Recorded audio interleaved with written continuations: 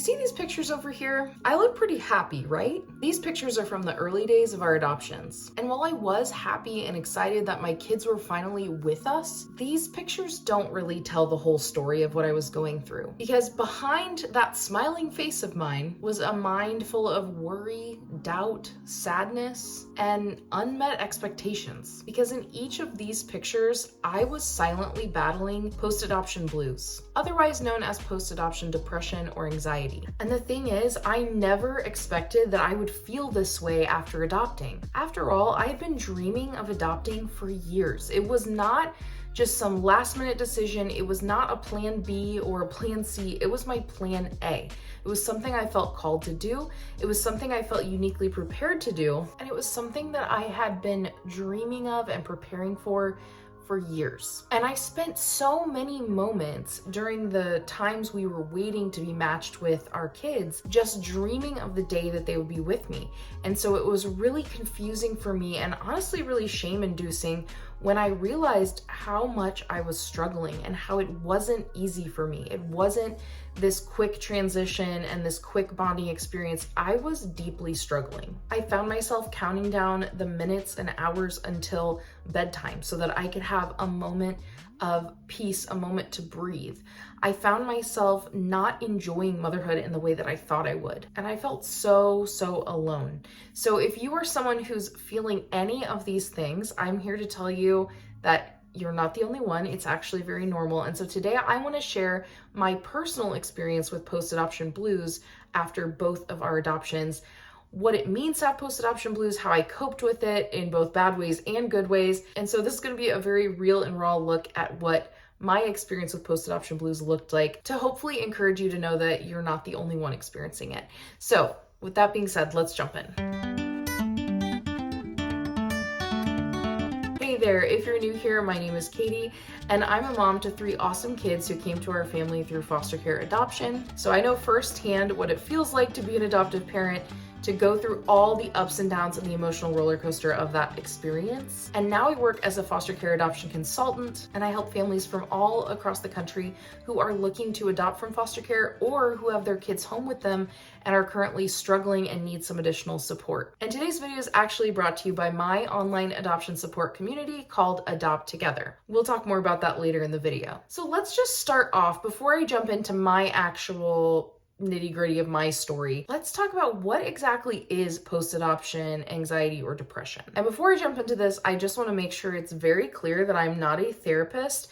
I am not a doctor, and so I cannot diagnose you with depression or anxiety. This is my personal experience of things that I have gone through, and I have worked with a doctor and I have worked with a therapist, but I just want to share my own experience in case you're feeling similar things. Then I encourage you to get that help that you need as well. So I think it's becoming more common in our culture today that we are actually talking about postpartum blues, postpartum depression, which for a long time was kind of a taboo subject. People didn't want to talk about it, but it's a very real thing for a lot of parents. And when we associate this, we tend to associate those feelings with the hormonal shifts that are going on in a woman's body after giving birth. But it can be from more than just those hormonal shifts. And what's interesting is that adoptive parents have been shown to exhibit those same feelings and behaviors that you often see in postpartum depression or anxiety. And so that is where this term post-adoption depression was coined. So what are some signs that you could be experiencing post-adoption blues or post-adoption depression/anxiety? So the first one obviously is a depressed or an anxious mood, a loss of interest or pleasure in daily life, a loss or increase in appetite, increased sleeping or difficulty sleeping. You can see both of these things. Feeling fidgety or restless, having feelings of worthlessness or like you're just not enough, you're not measuring up, feelings of intense guilt. And what I often found was those feelings came after the other feelings. So you felt guilty that you weren't feeling happy. So it's kind of a cycle you can get yourself into. Difficulty concentrating on everyday tasks, maybe difficulty even getting normal tasks done, a lot of worry or panic that maybe adopting was a bad idea. And in extreme cases, it can lead to someone thinking about death or harming oneself. So if you're familiar at all with postpartum depression or anxiety, you will see that many of these symptoms are almost identical to postpartum depression.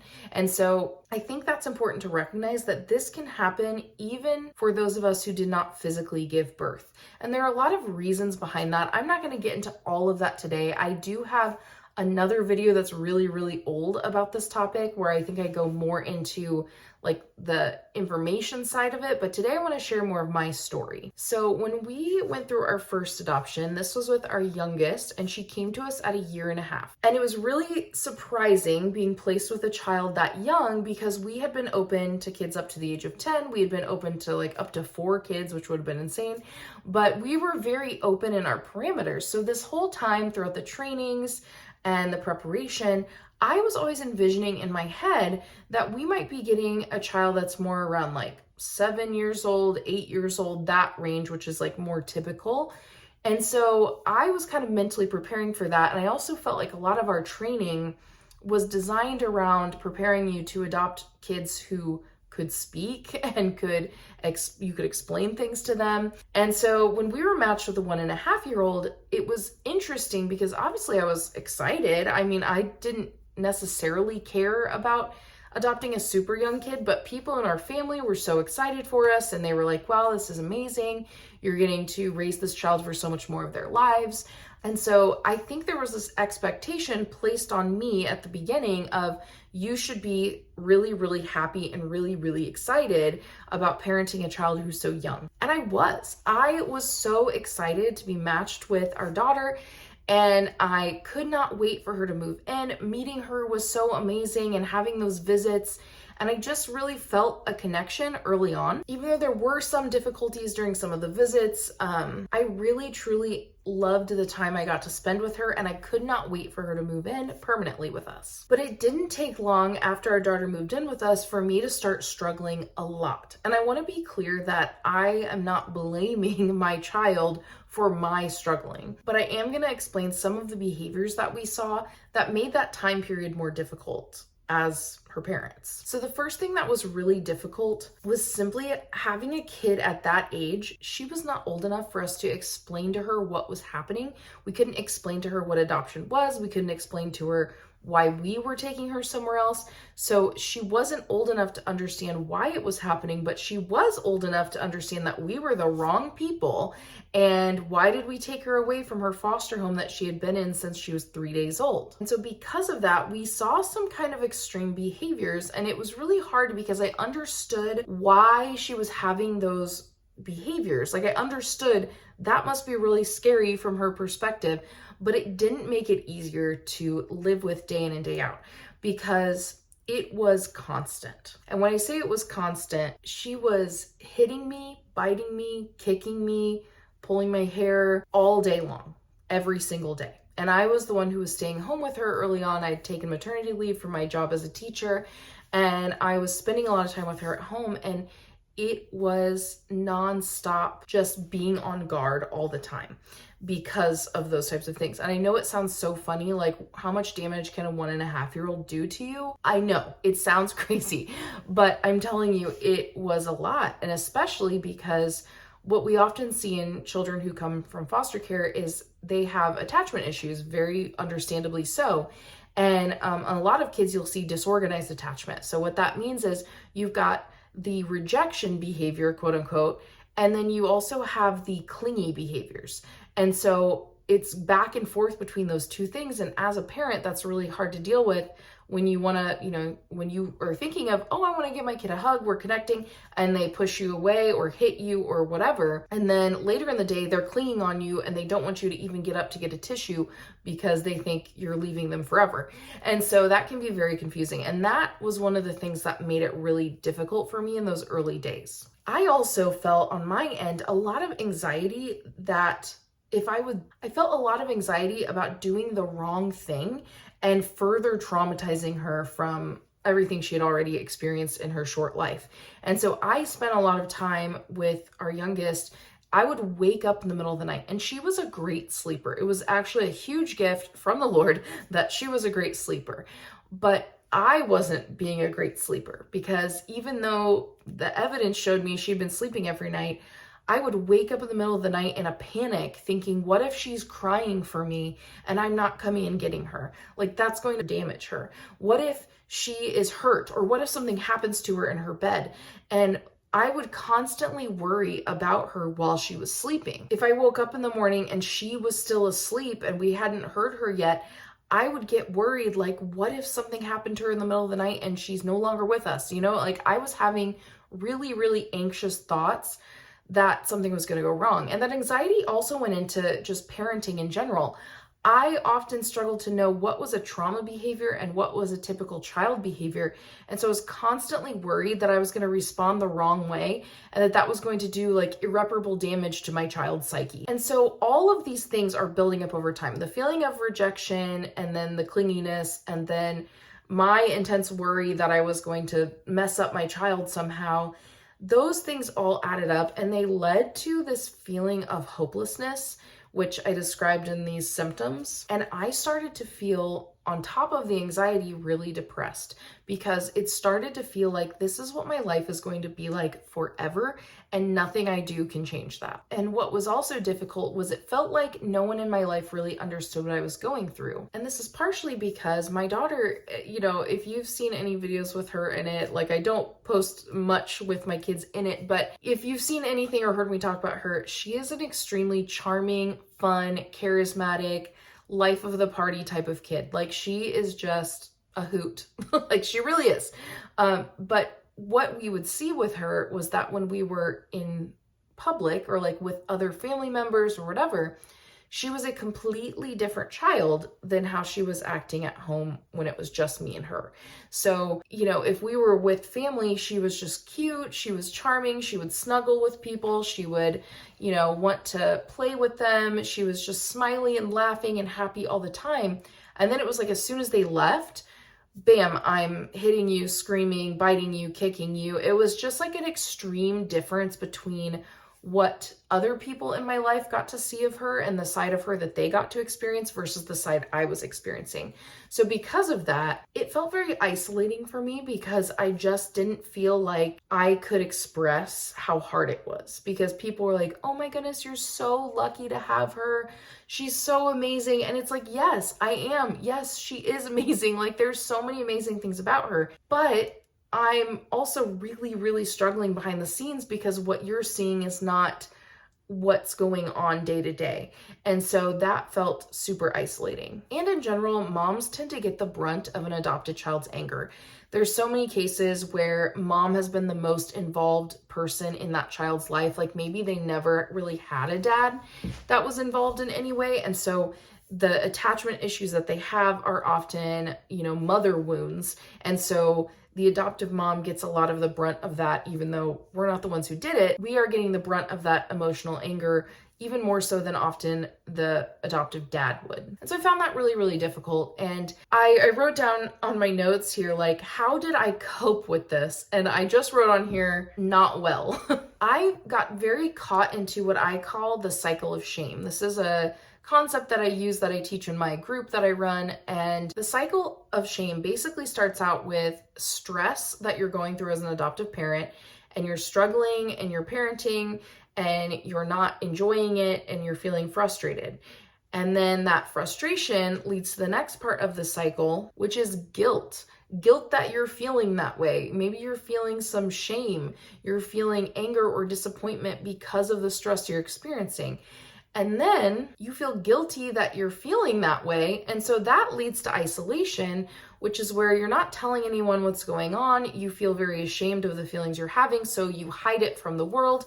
And then the cycle just continues because you're never opening up with anyone or sharing anything. And I was definitely caught in that cycle. It felt like the only person that I could talk to about this was my husband, and he was also going through it. So it was very, very difficult time. And looking back, I really wish that at that time I would have pursued therapy or would have pursued some other sort of help, but I didn't.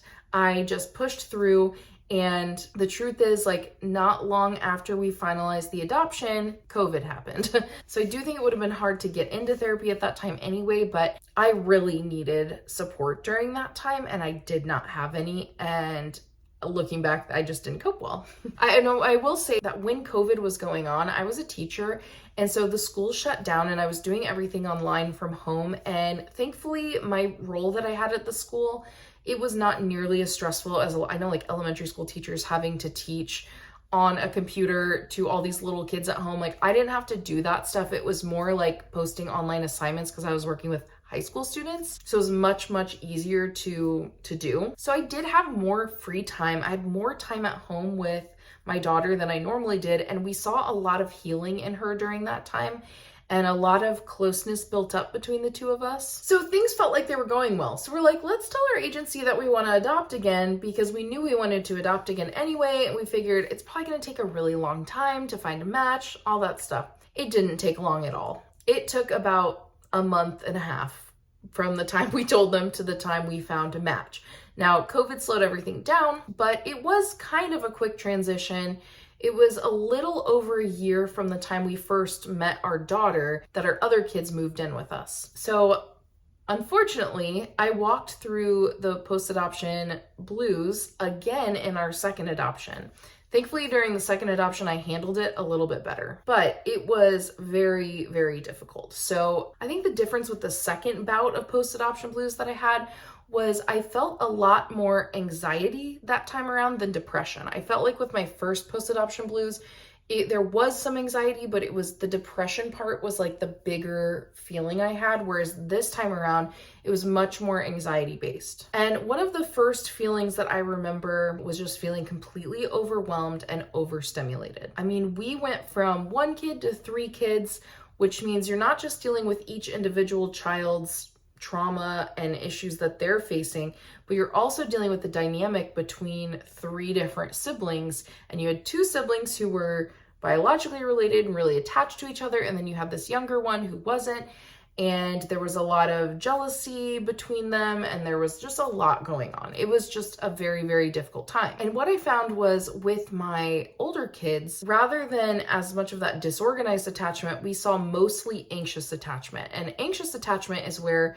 that's where we think of that clinginess. With anxious attachment, there's this fear that I'm going to be left alone, people aren't going to be there for me. And so then that results in a child really clinging to you and needing you more than you might think. And I felt completely overwhelmed by this. Even though a lot of the interactions seemed positive on the surface, they were actually very anxiously based for my children. And so I felt very drained by it. Like, even things that felt like, oh, they're hugging me, oh, they're cuddling with me, oh, they're saying hi, mommy, all the time, or I love you all the time.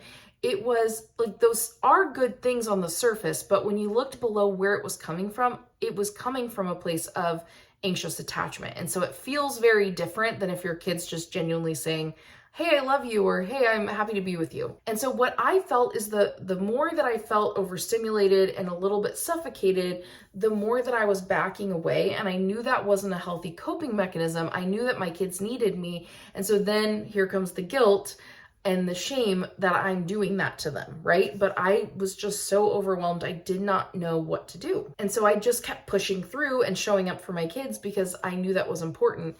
But what happened was, over time, this anxiety was just building up in me and building up in me and building up. And it led to me experiencing quite a few panic attacks, which wasn't something I had experienced much in my life before then. And, I think a lot of this resulted from I was trying to stay regulated and be present all the time, despite the chaos that was happening in my home. And it's hard because I do think that adoptive parents need to practice being regulated and teaching that to our kids.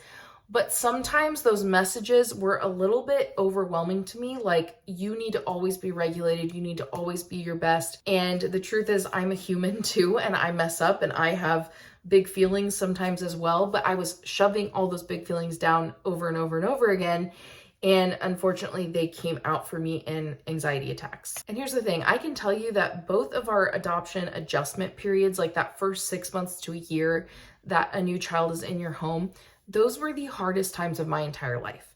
Now, we did have some other personal things going on. Like we lost my father-in-law during our second adoption and lots of different family things going on. But those were 100% the hardest days of my life thus far. And that doesn't mean they weren't beautiful and weren't great and weren't filled with genuine smiles and genuine good moments, but it felt like overall there was this kind of storm cloud over what should have been a really happy time that I was celebrating. The good news is with our second adoption, I think I coped a lot better. So there's some things I did that I think were really helpful for me and made the second adoption and a whole experience go a little bit better than the first one in terms of my mental health. So I want to share these with you in case you're experiencing this. I just want to share what I did just in case it helps. So one thing I did was I stepped back from a lot of additional responsibilities in my life. Like there were just things I said no to. I wasn't as involved in things. I found that early on when our older two came to us, we had them in like every activity and we were taking them to all these different therapy things. And we just had to step back for our mental health to be able to care for our kids' mental health better.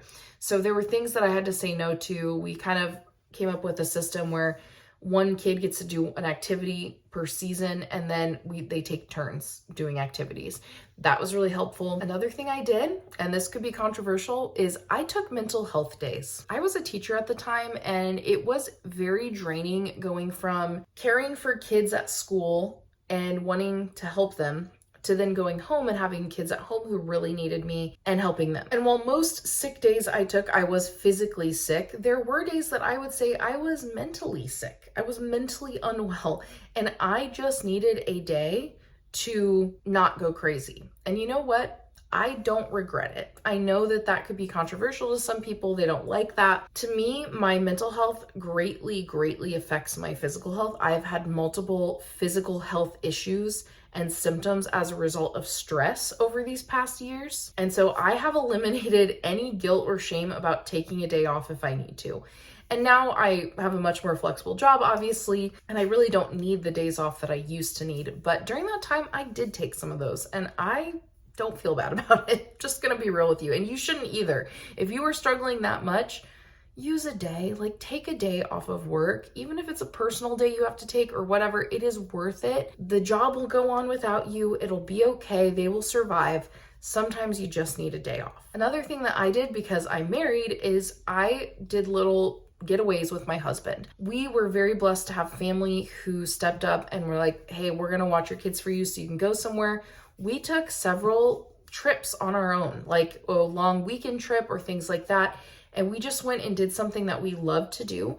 And we didn't bring our kids. And it was so refreshing in a way that, like, just for a couple days, not to have to worry about anyone else and just be able to take care of yourself, it goes a long way. Like, I highly recommend if you have the support, if you have the financial means to do it, do it. If you don't have that financial means or the support for babysitting, find ways that you can incorporate that in your day, whether it's through like a quiet time where your kid goes to their rooms for a little bit and you can just have a break. Or if you're single and you do have the financial means or whatever, like go on a trip with a friend or go do something you really enjoy, like find childcare and go do something you love to do. Another thing that was so helpful for me, and this is something I teach a lot in my group, it is starting with acknowledging the good things you already do for your child and the ways that you are showing up and the ways you are being a good parent. I tend to be very hard on myself, which is why I think I struggled more with post-adoption blues and anxiety. And it often came from myself telling myself, you're not good enough, you're not showing up enough, you don't love them enough, you're not connected enough. And all that did for me was fill me with shame. And shame is not a great motivator to improve your skills, to improve your parenting skills. And so for me, one of the best things that I did was I started to acknowledge what are the good things I am doing for my child. Sure, I could always give you a list of things I think I'm not doing well. Like that's easy for me as a person. It's just a personality thing, I think. But it's not always easy for me to point out things I am doing well. And so that has been something really important for me. Like what are ways I did show up for my kids this week? Because focusing on that positive motivates you to keep going and doing more rather than sitting in that shame of what you're not doing and feeling like that's this impossible goal to get past. And so I encourage you, think through like 10 ways from this week that you showed your child love this week. I guarantee you did it. Guess what? Cooking them a meal they like, that's showing them love. Helping them with homework, that's showing them love. Sitting by them on the couch while they watch their favorite show, that's showing them love. There's so many different ways we express love and that we can be good parents. It doesn't always look the same for every single person. It doesn't look the same in every season of life. So give yourself some grace. That is something that helped me a lot. And it's funny because I actually recognized that from watching how my kids showed me love, and they'd bring me these little tiny flowers, and those little tiny flowers made me so happy and felt so loved. And I was like, okay, if that little tiny thing that they're doing for me makes me feel so loved, I bet that the little tiny things I'm doing for them also make them feel loved. So as you can see, it just kind of like, that's where the idea came from. And it's really transformed the way that I view my parenting, and it's helped me keep more in a positive headspace of like, instead of focusing on what I'm doing wrong, what am I doing right, and how can I keep doing that? Two other things that I do not want to discredit at all is that I got into therapy during our second adoption, and that was very helpful for me. There was a limit on how helpful it was, I think, because just my therapist, like, he was good, and I did get a lot out of it, but I think maybe there would have been a better fit out there for me. But I'm so glad that I had that, because it was a time it was really hard to find therapists, because during COVID, everyone seemed to need therapy. But it was a very helpful season in my life to have that support. And then on top of that, when I realized like I'm still really struggling despite that support, I did talk to my doctor about medication, and I found out that taking anxiety medication was actually extremely helpful for me, because I was having a lot of anxiety that I didn't even go into in this video, but just constant worrying that something horrible was going to happen to someone I loved, or to my kids, or to my husband.